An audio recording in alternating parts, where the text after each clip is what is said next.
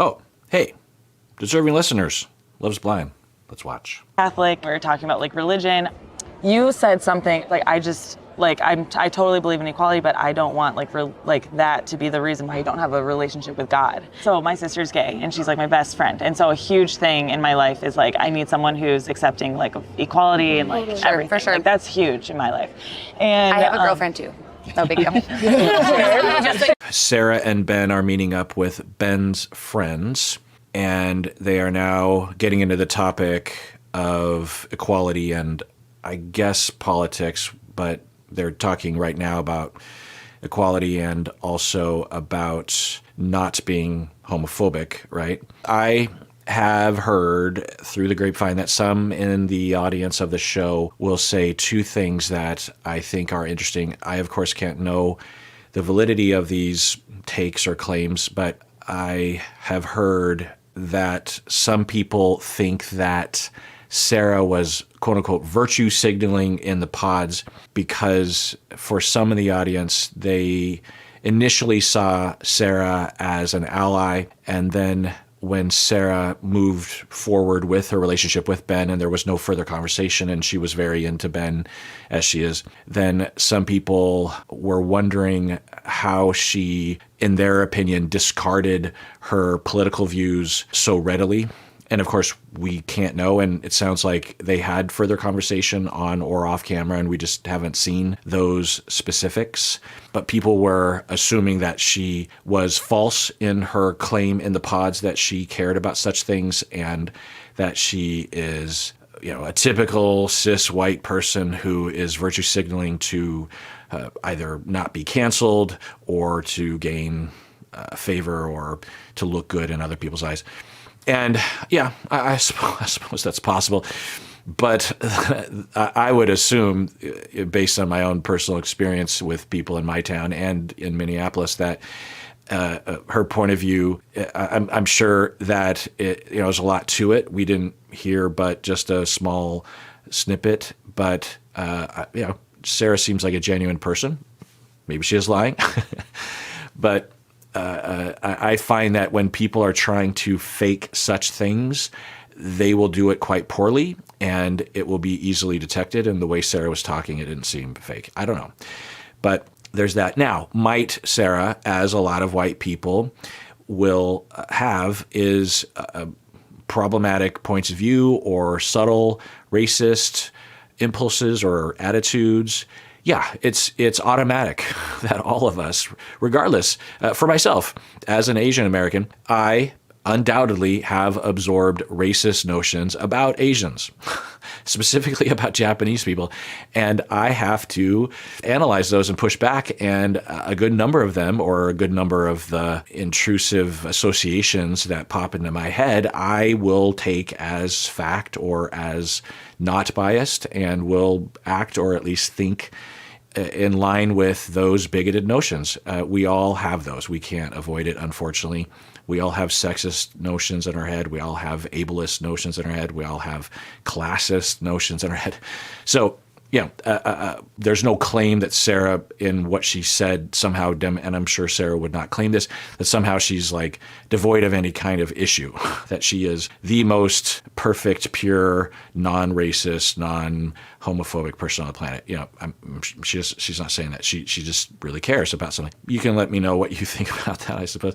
And it was a question, though, because it was important to her, at least in the edit.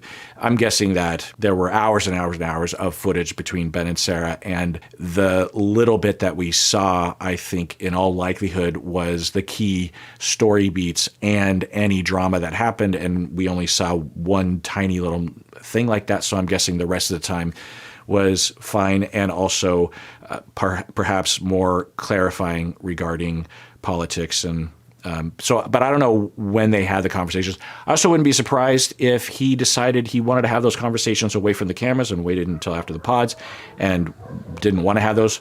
My dogs are barking in front of the cameras. So, and I would not blame someone. I probably would be that way, even though if you watch my videos or listen to the podcast, I'm not shy about my point of view, and I'm also not worried about people that disagree with me. I'm okay with being wrong and being disagreed with, but I hope you get my point. And yet, if I was on a reality TV show that I couldn't trust necessarily with the edit, I also wouldn't want to talk about that because I wouldn't want to be taken out of context, which I think happens sometimes. So anyway, we're meeting Ben's friends, and from the surface anyway, it looks like a diverse group. And this woman is saying, or actually, I don't know how they identify, but they're saying that they have a girlfriend. So this is at least one of Sarah's concerns that might be soothed or addressed by evidence of who Ben is friends with. I'm gonna gay drop. 100% gay drop. Just drop it in there. Yeah. So next day, he's like, I want you to know, like, I accept and believe in equality. Like, that is not at all an issue. And I go to service, but that has nothing to do with or gets in the way. Yeah. And I could feel how passionate and you meant it. I think I trust Sarah's judgment. She seemed pretty adamant and pretty solid in her values about requiring that. And she is saying that they had a further conversation. And by service, I think she's talking about church, right? And that he is saying, yeah, I go to church, but that isn't the sort of church that is bigoted, or even though I go to a bigoted church, I don't adhere to the bigoted, or I don't know. But anyway, so it sounds like they had a further conversation, and that is interesting. By the way, I reached out to my contact on the show. I like to watch a number of episodes before I reach out to her because, one, I just don't want to bother her, and two, I don't want things spoiled. And she knows not to spoil, but I want to get to a point free from any kind of background to just have my own takes. And then at some point, I have so many questions. So I reached out to her, and unfortunately, she didn't work on this season. She worked on season 9 and also, season 7. And so she said that season 8, and so this is season 8, and season 8 and 9 were shot at the same time, which is interesting. So I'm guessing season 9 will come out mid-year. I don't know. I get the impression that season 8 was shot before 2 Christmases ago, because there was some talk about Christmas trees with Taylor and Daniel. And if that's the case, then season 9 would air a long time after it happened. Anyway. So, and I guess that's a good thing, because then more time would have passed before the reunion, and then we would know if there were any marriages, if they were more solid, because if the marriage can last for a longer period of time, then there's more confidence in that lasting for long. Anyway, it's interesting. I don't know what you were expecting when we meet his friends, but because of stereotypes, I had a vision of what his friends would not only look like, but also what they would talk about. And these folks do not fit that stereotype, and that is wrong of me. I don't know if you had that, but I did. And that's got to change. Especially in light of, in the pods, him avoiding the conversation, or what looked to be avoiding, however we describe the way he responded in the edit to Sarah wanting to talk about dedication to equality and fairness.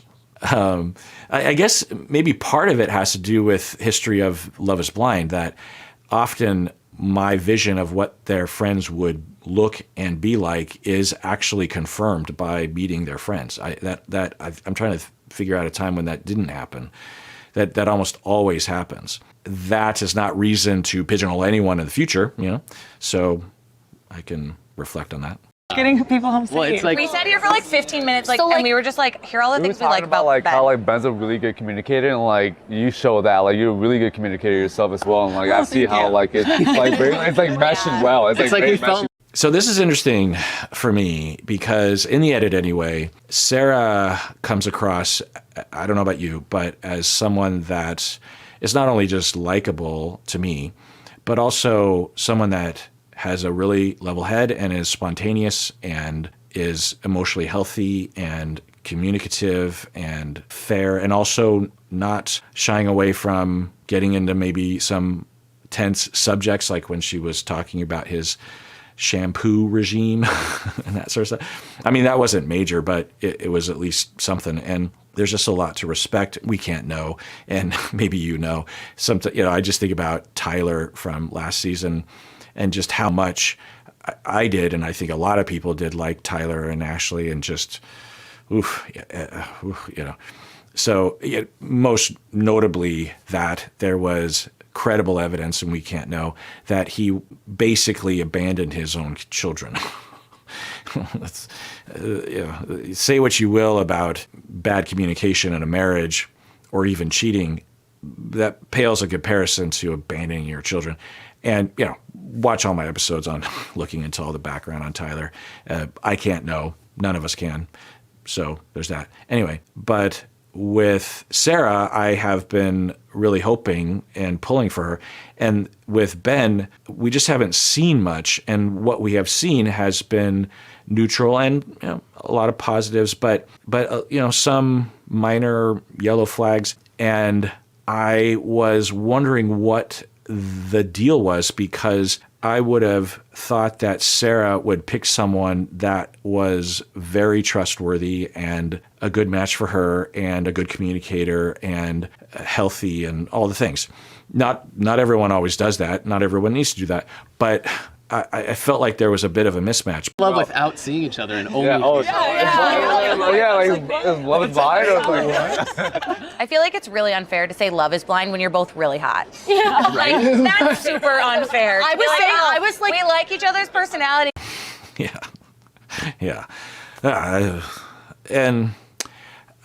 So on one hand, at least if you heard the premise of the show, I think a lot of people would think, oh, well, that would be interesting. I mean, what if the two individuals, when they see each other in person, they're just like, oh, no, but I fell in love with this person. That would be interesting. And I think we might have even seen that at times. So on one hand, it feels a little disingenuous for a show to call themselves Love is Blind when it's well known, at least by now, that everyone is fairly attractive, if not very attractive, right? Conventionally attractive. So you're not really rolling the dice that much. In fact, you might even be more likely to find someone that's really attractive by coming on this show and randomly matching with someone than doing online dating or anyway. So that is that. But on the other hand, because I have that impulse to think like, yeah, it is kind of disingenuous, or it's lacking that real test. Is love blind? But also, I'm interested as a viewer and as a reactor to watching people actually navigate all the things. Because another element of this is it's not just that love is blind, but love is fast on the show. Marriage is quick is maybe a more accurate title for this show. And all the things that happen up until that point, and the fact that the stakes are so high that they have so much to get into that it's easier to capture on camera, and therefore it gives me a chance to see stuff and react to it. So personally, I'm okay with the format. But yeah, I think a lot of people agree with this criticism. Yes. It's like they're like, yes. I tell her this. I've told you multiple times the last few hours, even or few days, that you are the most beautiful girl like I've ever seen. And it's like, how You guys are glowing. Like, this is like amazing to see. Yeah, you guys are glowing. Like, I love to see them. It's interesting that, at least from my memory of Ben's behavior in the edit anyway, he seems very different around his friends. Maybe he's more relaxed, or they're editing in a certain way, or I don't know. I'm also wondering if people would, because I don't know why, I hopefully not, that people would watch this show cynically and think that he hired these people to be his friends.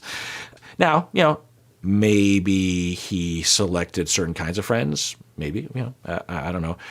But they all seem like legit. The way that they're bantering and the history that they have and the anecdotes that they're giving. Because sometimes there will be friends on this show. It's unclear how close they actually are in real life. And sometimes I do wonder that. Not that it's all one big lie, but that the friendships were chosen strategically, or they couldn't find any close friends that would willingly go on a reality TV show. And all right, well, let's adjourn there. So if you ever want to get a hold of me, the best way, really the only sure way, is to go through the website, Psychology in Seattle, and click on the contact button and fill out the form there. And also, if you want me to answer a question or respond to something on the air, whether it's in an audio episode or, and by audio episode, I mean that is a part of the audio podcast, but I'm making video episodes on YouTube that are part of the audio podcast, if that makes any sense. I guess I need to figure out some way of, I guess there's podcasts and then YouTube. So if you want me to react to your email in a podcast episode, then you want to email through there. Sometimes people will ask me over, in a comment, or they'll ask me a question in a DM on Instagram, which I almost never see, or they will DM me on Patreon, for example. And the problem with that is that the question, if I do read it on the air, I don't have all the important information, like how do you want me to refer to you? Do you want me to read your name, or should it be anonymous? I also don't know if you want me to read it on the air. You might just be asking me privately through DM. So I will frequently, if people DM me, I will say, please go to the website and fill out that form. And also that form has a bunch of disclosures around, like, I can't provide therapy in this format. So, if the question involves something that is clinical, then I can't answer those questions. There's some wiggle room there to some extent, meaning that if someone were to ask a question about, my husband is this way, does he have narcissistic personality disorder? I wouldn't discount that question out of hand. I would talk generally in response, and there's a way to do that ethically without harming or risking harm of people.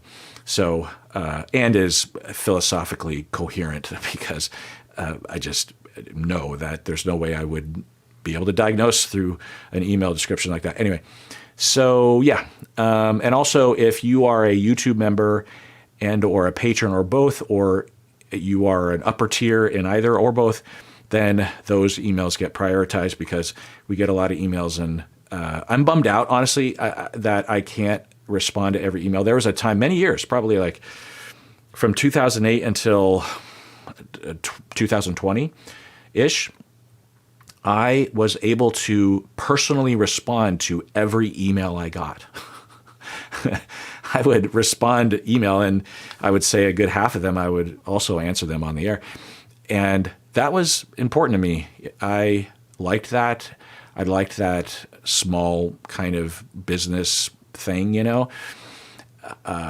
and it bums me out that I have grieved that loss over the last few years. So it's like initially when we got a lot of emails, I didn't want to let go of that, and I would respond to every single one.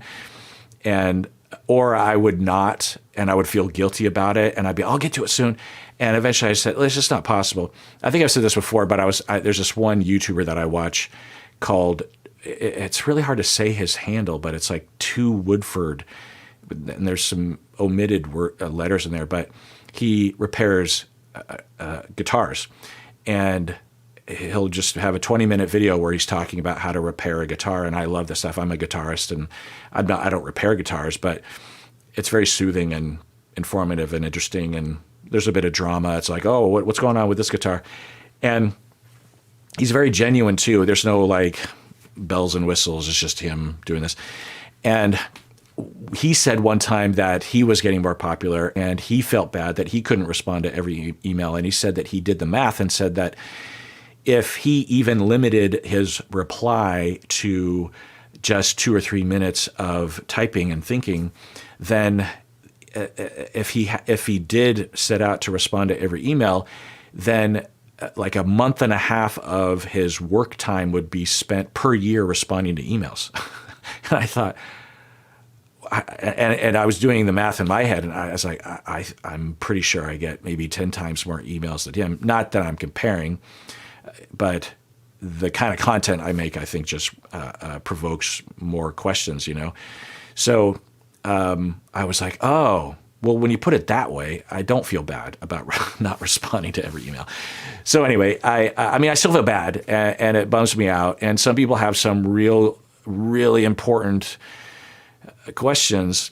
And I guess what I would say is that even if I did answer the question, if it's a serious issue, you really need someone that you can talk to in person, right?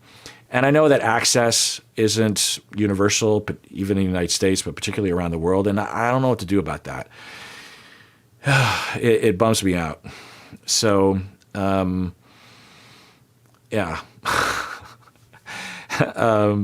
And if I don't answer your question, sometimes I have possibly, at least in a sense, answered your question in a past episode. So you can go to the website and go to the list of episodes pages and actually do a word search maybe.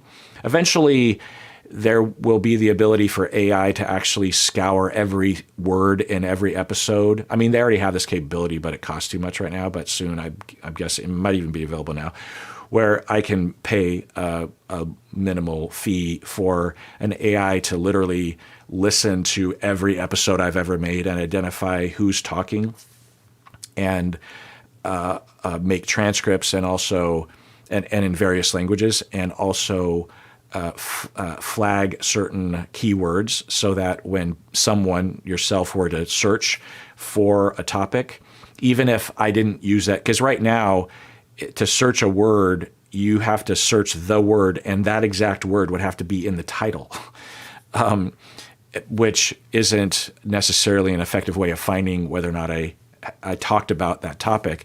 Whereas AI will be able to determine, well, you said this word, that's what you're looking for. You know, the user is typing in, has he ever talked about this?